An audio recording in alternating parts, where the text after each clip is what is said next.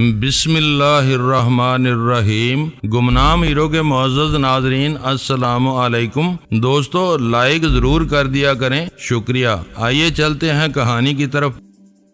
Tom نے مجھ سے ملنے کی خواہش کا اظہار کیا تھا۔ اس بارے میں اس سے فون پر 2 مرتبہ میری بات ہوئی تھی اور کچھ دیر بعد میں اس سے ملنے کے لیے جا رہا تھا۔ حیران کن بات یہ تھی کہ میں ملاقات کے مدعا سے بالکل ناواقف تھا۔ کچھ پتہ نہیں تھا کہ ٹام مجھ سے ملنے کے لیے کیوں بے چین تھا۔ 4:45 بجے میں گھر سے نکل کھڑا ہوا اور مقررہ وقت سے کئی منٹ پہلے نیشنل اسٹیڈیم کے سامنے کے حصے میں داخل ہوا تو وہاں بنی ہوئی پختہ پارکنگ میں پہلے سے کچھ گاڑیاں موجود تھی۔ میں اپنی گاڑی کی رفتار دھیمی کر کے داہنی طرف کی پارکنگ میں مڑنے کا ارادہ کر رہا تھا کہ اچانک میری نظر ٹام پر پڑی۔ وہ بائیں طرف اپنی گاڑی سے اتر رہا تھا۔ میں اپنی گاڑی اسی طرف لیتا چلا گیا۔ میں نے محسوس کیا کہ بائیں طرف کے حصے میں ہماری 2 گاڑیوں کے سوا کسی تیسری گاڑی کا وجود نہیں تھا۔ ٹام نے شاید اسی لیے اس حصے کا انتخاب کیا تھا۔ ٹام بہت ہوشیار اور چکنا نظر آ رہا تھا۔ اس نے دور ہی سے مجھے اپنی طرف آتا ہوا دیکھ لیا تھا۔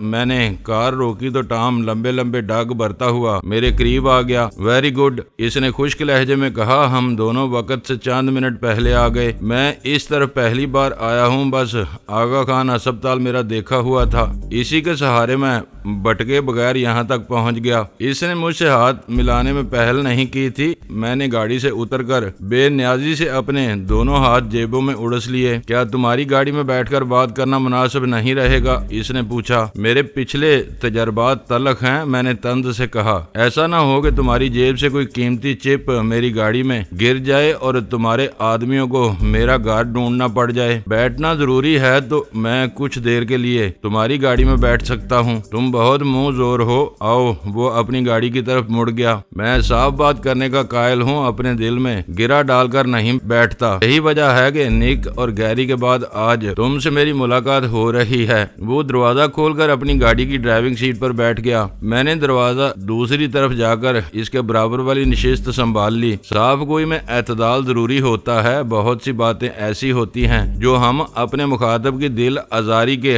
اندیشے کی وجہ سے اپنی زبان پر نہیں لاتے۔ یہ یورپ کا رواج ہو سکتا ہے۔ میرا تجربہ ہے کہ امریکی منہ پھٹ ہوتے ہیں، کسی کی پرواہ نہیں کرتے، جو کہنا ہوتا ہے کہہ ڈالتے ہیں۔ اس اعتبار سے تمہارا مزاج امریکیوں سے قریب تر ہے۔ شاید اسی لیے میں اس وقت ایک امریکی کے ساتھ بیٹھا ہوا ہوں۔ میں نے ترکی بے ترکی جواب دیا۔ اس کے روکھے سوکھے چہرے کو دیکھ کر میں نے سرد مہری اختیار کرنے کا فیصلہ کر لیا تھا۔ ڈینی آج کل کہاں ہے؟ اس نے اپنی نشست میں ترچھا ہو کر میری آنکھوں میں جھانکتے ہوئے نرم آواز میں سوال کیا۔ وہ زیادہ تر اسی شہر میں ہوتا ہے، مگر ٹھکانے بدلتا رہتا ہے۔ میں اس کے موجودہ ٹھکانے سے بے خبر ہوں۔ میں نے پلکیں جھپکائے بغیر جواب دیا۔ وہ کب تک پکڑا جائے گا؟ ٹام نے اگلا سوال کیا۔ 1 دن، 1 ماہ یا شاید 1 سال میں؟ میں اس بارے میں کچھ کہنے کی پوزیشن میں نہیں رہا۔ کیا تم نے اتنی سی بات پوچھنے کے لیے مجھے بلایا تھا؟ یہ باتیں فون پر بھی ہو سکتی تھیں، وہ بولا۔ تم کو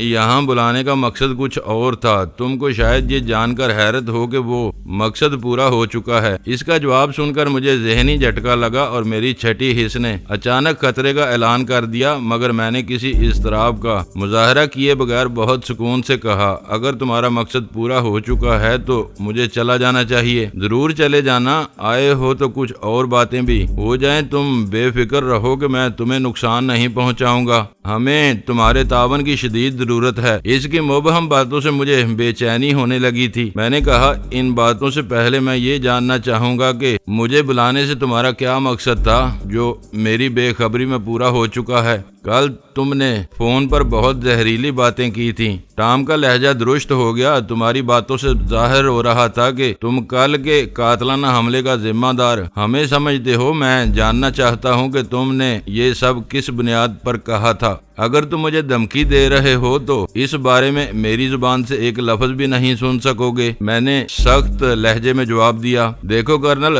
ہم نے تمہارے بہت نخرے برداشت کر لیے۔ میں اس نتیجے پر پہنچا ہوں کہ تم ہمارے ساتھ کوئی بہت لمبا کھیل کھیل رہے ہو۔ اصولی طور پر ہم کسی ایسے آدمی کا وجود برداشت نہیں کر سکتے جو امریکہ اور پاکستان کے دوستانہ مراسم میں دراڑیں ڈالنے کی کوشش کر رہا ہو۔ یہ تمہاری الزام تراشی ہے، میں نے برہمی سے کہا۔ اب یہ بھی سن لو کہ تمہاری ایجنسیوں کی تمام غیر قانونی سرگرمیاں میرے سامنے ہیں۔ تم ہر قیمت پر یہاں اپنی مان مانی کرنا چاہتے ہو۔ ڈینی کی بات اور تھی، اس سے بہت سے لوگ نالاں ہیں۔ اس سے آگے میری زبان نہ کھلواؤ ورنہ بات بگڑ جائے گی اور تمہیں کچھ حاصل نہیں ہو سکے گا۔ کرنل داور دھمکیوں سے خوفزدہ ہونے والا آدمی نہیں ہے، وہ سر اٹھا کر زندہ رہنا جانتا ہے۔ وہ کسی سانپ کی طرح چند ثانیوں تک مجھے گھورتا رہا، پھر بولا نک اور گیری بے وقوف تھے۔ میں تمہارے کھیل کو بڑی حد تک سمجھ گیا ہوں۔ مجھے معلوم ہے کہ تم قیامت تک ڈینی یا ویرا کو ہمارے حوالے کرنے کے قابل نہیں ہو سکو گے۔ تم ان کے ناموں کی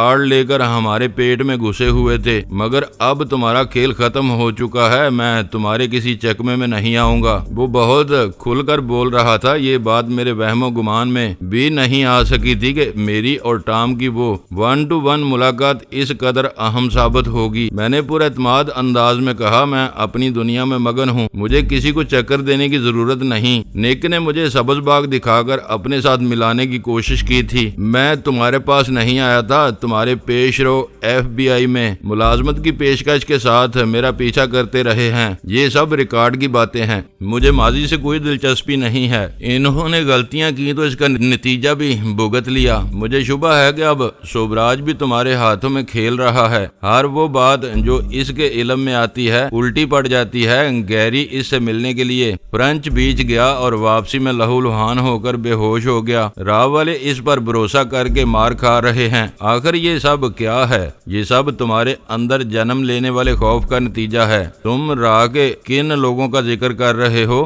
آدمی اندر سے خوف زدہ ہو تو اسے چھوٹی چھوٹی باتیں بہت بڑی نظر آنے لگتی ہیں۔ تم مجھے یہ فلسفے پڑھانے کی کوشش نہ کرو۔ اس نے سختی سے میری بات کاٹ دی۔ مجھے دوسروں سے کوئی غرض نہیں ہے، میں صرف یہ جاننا چاہتا ہوں کہ تم نے کل والے حملے کا الزام میرے سر کیوں ڈالا؟ تمہارے پاس اپنے ہذیان کا کیا ثبوت ہے؟ اس کی آنکھوں سے درندگی جھانکنے لگی تھی اور وہ واضح طور پر محاذ آرائی پر تل گیا تھا۔ بات اتنی بڑھ چکی تھی کہ اس کے سنبھلنے کا ہر امکان ختم ہو گیا تھا۔ اس کے تیوروں سے ظاہر ہو رہا تھا کہ ضرورت پڑنے پر وہ ہاتھا پائی سے گریز نہیں کرے گا اور شاید ہتھیار بھی نکال لے۔ میں نے اپنے بائیں ہاتھ کی انگلیوں میں پڑی ہوئی زہر آلود انگوٹھیوں کے نگینے دھیرے دھیرے ہتھیلی کے رخ پر گھمانے شروع کر دی اور فیصلہ کن لہجے میں کہا، کل مجھے صرف شبہ تھا اور اس کی بنیاد وہ امریکی رائفل تھی جو ریلوے اسٹیشن کی چھت سے ملی تھی۔ آج بات کھل چکی ہے۔ تم راہ والوں کے ساتھ مل کر یہاں دہشت پھیلانا چاہ رہے ہو۔ ابھی تم نے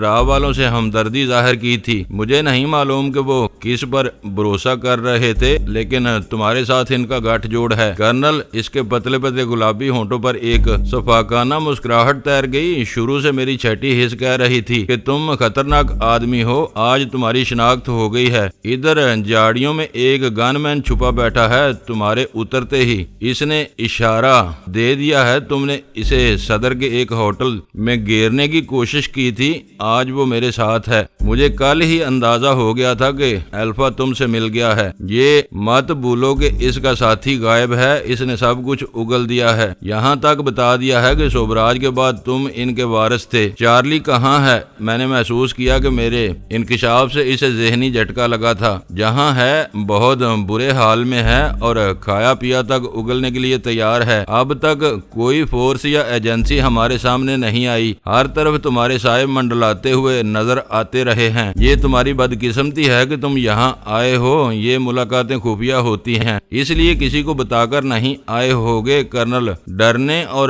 پہلو بدلنے کی ضرورت نہیں، میں امن پرور آدمی ہوں، ہتھیاروں کے استعمال سے ڈرتا ہوں، تمہیں ہاتھ بھی نہیں لگاؤں گا۔ اب میری گاڑی سے اترو اور اپنی راہ لو، میں تمہیں اس سے زیادہ وقت نہیں دے سکتا۔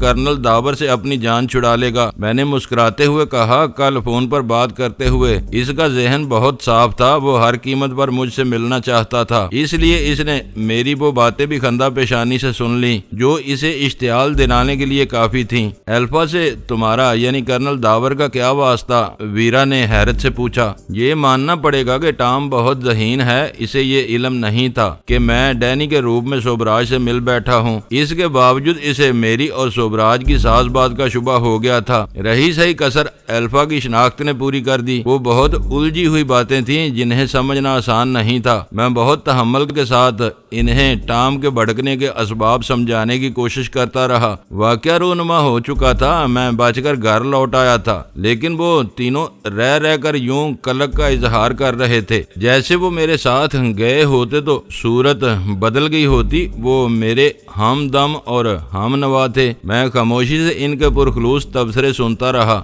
خدا کا شکر ہے کہ تم صحیح سلامت لوٹ آئے، لیکن فائر اور چیخ کا معمہ حل نہیں ہو سکا۔ ان باتوں سے نمٹتے ہی ویرا کو وہ موضوع یاد آ گیا۔ فائر تم پر کیا گیا تھا تو وہ چیخ کس کی تھی؟ اگر چیخنے والے پر گولی چلائی گئی تو عین وقت پر الفا کہاں غائب ہو گیا؟ تم 1-2 منٹ کے لیے وہاں رک جاتے تو یہ باتیں بھی صاف ہو جاتی۔ وہاں رکنے میں میری کھوپڑی صاف ہونے کا خطرہ تھا۔ ڈرائنگ روم میں بیٹھ کر یہ رائے دینا بہت آسان ہے، موت پیچھا کر رہی ہو تو انسان کو اور کسی بات کا ہوش نہیں رہتا۔ میں نے قدرے تلخی سے جواب دیا اور ویرا سر ہلا کر رہ گئی۔ اسٹیڈیم کتنی دور ہے؟ ہم وہاں کا ایک چکر لگا لیتے ہیں، اب تک ہر خطرہ ٹل چکا ہوگا اور واقعات سامنے آ چکے ہوں گے، سلطان شاہ نے ویرا سے کہا۔ ہاں، ویرا اسی لمحے اٹھ کھڑی ہوئی۔ تجسس میں سسکتے رہنے سے بہتر ہے کہ وہاں کا ایک چکر لگا ہی لیا جائے۔ میں نے ان دونوں کو روکنے کی کوشش نہیں کی۔ سلطان شاہ نے کہنے کو یہ بات کہہ دی تھی، لیکن اپنی جگہ سے اٹھنے میں کسمسا رہا تھا۔ اسی لیتو لال میں اچانک گھنٹی چیخ اٹھی۔ ایس ٹی ایف کے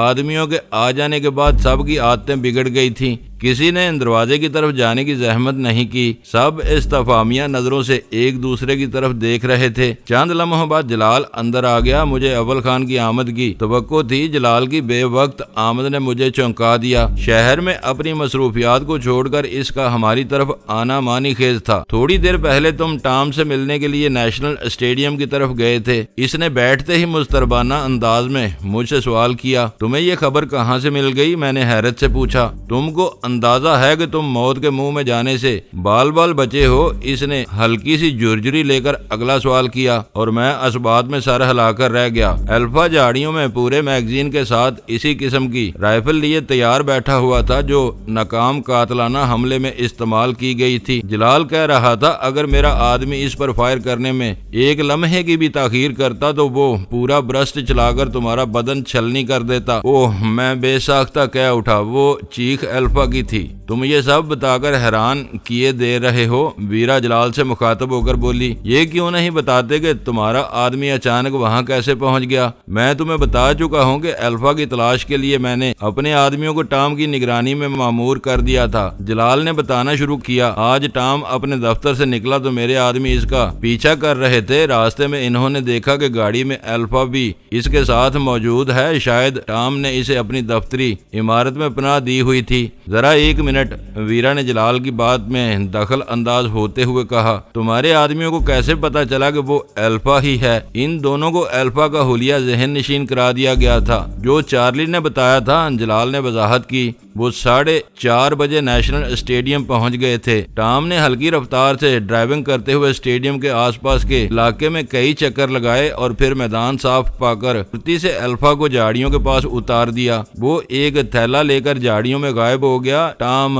گاڑی کو پارکنگ کی طرف نکال لے گیا۔ حیرت ہے کہ تمہارے آدمی اتنے قریب رہ کر ان کا پیچھا کر رہے تھے اور ٹام جیسے زیرک آدمی کو ان کی موجودگی کا اندازہ نہیں ہو سکا۔ اسے خاموش پا کر ویرا بولی۔ ہم تینوں نے انہماک کے ساتھ مکمل خاموشی اختیار کی ہوئی تھی۔ تم بھول رہی ہو، آئی بی میں ایسے تجربے کار آدمیوں کی کمی نہیں ہے جن کی عمریں ان ہی کاموں میں گزری ہیں۔ وہ گاڑیوں کے بجائے اسکوٹرز استعمال کرتے ہیں اور ہمیشہ 2 کی نفری میں چلتے ہیں۔ ہو سکتا ہے کہ ٹام کو ان اطراف میں بار بار منڈلاتے دیکھ کر دونوں الگ ہو گئے ہوں اور ان میں سے ایک نے کسی اوٹ میں پناہ لے لی ہو۔ مجھے اپنے آدمیوں کے طریقہ کار سے زیادہ نتائج سے دلچسپی ہوتی ہے۔ مطلوب نتائج کے لیے انہیں اپنی مرضی کے طریقے اختیار کرنے کی آزادی ہوتی ہے۔ بار بار دخل اندازی نہ کرو۔ سلطان شاہ نے مرابیانہ انداز میں ویرا کو فہمائش کی، جو کہا جا رہا ہے اسے غور سے سنو، سوال بعد میں کر لینا۔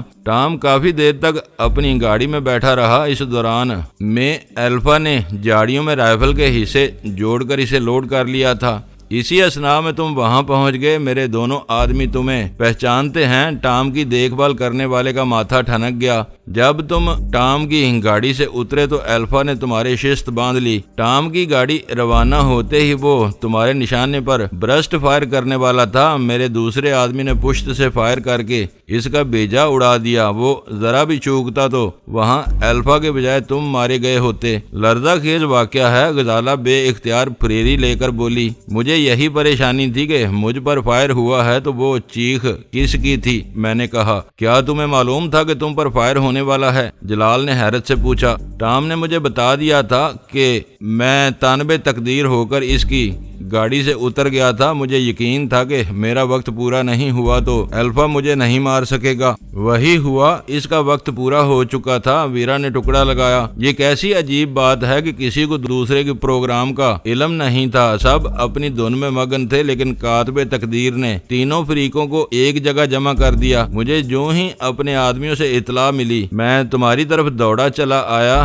یہ میرے لیے دوہری خوشی کا موقع ہے۔ تم بچ گئے اور ہم نے راہ کے مطلوب دہشت گرد کو مار کر بہت بڑی کامیابی حاصل کر لی۔ ریلوے اسٹیشن کی چھت سے ملنے والی رائفل پر پائے جانے والے فنگر پرنٹس محفوظ کر لیے گئے تھے۔ ان سے تصدیق ہو جائے گی کہ VIP موٹر کیڈ پر الفا نے حملہ کیا تھا۔ تم رائفلوں کی مشابہت کو بھول رہے ہو۔ الفا کے پاس آج بھی اس امریکی ساخت کی رائفل تھی جو پچھلے قاتلانہ حملے میں استعمال کی گئی تھی۔ میں نے اسے یاد دلایا۔ وہ مر چکا ہے، اس لیے اب یہ رسمی باتیں ہیں۔ زندہ ہاتھ آتا تو اس کا جرم ثابت کرنے کے لیے ان سب چیزوں کی اہمیت ہوتی۔ یہ بتاؤ کہ اچانک ٹام سے ملنے کا پروگرام کیسے بن گیا؟ جلال نے وہ سوال مجھ سے کیا تھا۔ ملاقات طے نہ ہوتی تو آج اتنی بڑی کامیابی نصیب نہ ہوتی۔ الفا آزادی سے شہر میں دندناتا رہتا میرے بجائے، ویرا نے جواب دیا۔ یہ ڈینی کی ذہنی اپیچ تھی۔ جہانگیر کے اغوا کی کوفت دور کرنے کے لیے یہ کسی مشغلے کی تلاش میں تھا کہ اسے ٹام کا خیال آ گیا۔ ڈینی نے میرے سامنے فون کر کے اسے 5 بجے کا وقت دیا اور وہ کچھ پس و پیش کے بعد ملنے پر رضامند ہو گیا۔ جلال بے ساختہ اپنی جگہ سے اٹھا۔ اس نے میرے دونوں بازو تھام کر مجھے صوفے سے اٹھایا اور بالہانہ انداز میں اپنے سینے سے لپٹا لیا۔ آج مجھے یقین آ گیا کہ تم مقدر کے دنی ہو۔ وہ مجھ سے کہہ رہا تھا، اندھیرے میں تیر چلاتے ہو تو وہ بھی نشانے پر لگتا ہے۔ شاید تمہارا وجدان تمہاری رہنمائی کرتا ہے۔ مجھے ایک خلش ہے کہ ٹام صاف بچ کر نکل گیا۔ اس موقع پر اسے بھی رنگے ہاتھوں پکڑا جانا چاہیے تھا۔ ویرا نے اپنے دل کی بات جلال سے کہہ دی۔ وہ پکڑا جاتا تو اس کے لیے جواب دہی خاصی مشکل ہو جاتی، لیکن ہم اس کا کچھ بگاڑ نہیں سکتے تھے۔ مجھے زیادہ تفصیل کا علم نہیں ہے، وہاں جاؤں گا تو بات پتہ چلے گی۔ میرا خیال ہے کہ اسے 2 وجوہ کی بنا پر نہیں روکا گیا ہوگا۔ میری ہدایت ہے کہ جرم کے ارتکاب کے بغیر غیر ملکیوں سے کوئی تعرض نہ کیا جائے۔ یہ ملک کی نیک نامی کے لیے ضروری ہے۔ ٹام نے اپنی روانگی تک کوئی جرم نہیں کیا تھا، میرے آدمی نے اسے نہیں روکا۔ دوسرا سبب یہ ہو سکتا ہے کہ ان دونوں کو ہر وقت ایک دوسرے سے رابطے کا موقع نہ ملا ہو۔ وہ کوئی پیغام دینے کی کوشش کرتے تو ان کی آوازیں سن کر دشمن چونک سکتے تھے۔ جب اس کا کچھ بگاڑ نہیں سکتے تھے تو اس کو روکنا بھی بے سود ہوتا۔ ویرا نے مایوسی سے کہا، بات تو جب بنتی کہ اس کی کچھ درگت بنائی جاتی۔ یہ کہہ سکتی ہو، تم کو اندازہ نہیں ہے کہ ایک بلائنڈ واردات کے ارتکاب کے 24 گھنٹوں میں الفا کو ٹھکانے لگا کر ہم نے کتنی بڑی کامیابی حاصل کی ہے، مجھے ٹام کے نکل جانے کا کوئی ملال نہیں ہے۔ تم یہ دیکھو کہ انسانوں کے سمندر میں گم ہو جانے والے راہ کے دونوں ایجنٹ کتنی سرعت سے اپنے کیفر کردار کو پہنچے ہیں۔ مجھے امید نہیں تھی کہ ہم الفا کو اتنی تیزی اور آسانی سے ٹھکانے لگانے میں کامیاب ہو جائیں گے۔ جلال پوری تفصیلات جان لینے کے بعد خوشی سے پھولا نہیں سما رہا تھا اور کامیابی کا سارا کریڈٹ مجھے دے رہا تھا۔ حقیقت یہ تھی کہ اس نے اپنے آدمیوں کا ٹام کے پیچھے نہ لگایا ہوتا تو میری مہم جوئی کا نتیجہ بہت ہولناک ہو سکتا تھا۔ وہ کوئی باقاعدہ مہم تھی، نہ الفا کو گھیرنے کے لیے کوئی منصوبہ بندی کی گئی تھی۔ ایک رشک اتفاق تھا کہ دشمن آئی بی کے آدمیوں کی نظروں میں آ گیا، صحیح وقت پر طاقتور مہرے مناسب ترین مقامات پر موجود تھے۔ جلال وہ خبر سنتے ہی ہماری طرف دوڑا چلا آیا تھا۔ اس کے آدمی الفا کی لاش کے ساتھ نیشنل اسٹیڈیم کے قریب اس کا انتظار کر رہے تھے۔ قریبی پولیس چوکی سے ایک پارٹی جائے واردات پر پہنچ چکی تھی۔ اگر جلال کو وہاں پہنچنے میں تاخیر ہوتی تو رسمی کارروائیوں کے ضمن میں گڑبڑ ہونے کے امکانات تھے۔ وہ جہانگیر کی بازیابی کے لیے اپنی بہترین امیدوں کا اظہار کرتا ہوا اسٹیڈیم کی طرف روانہ ہو گیا۔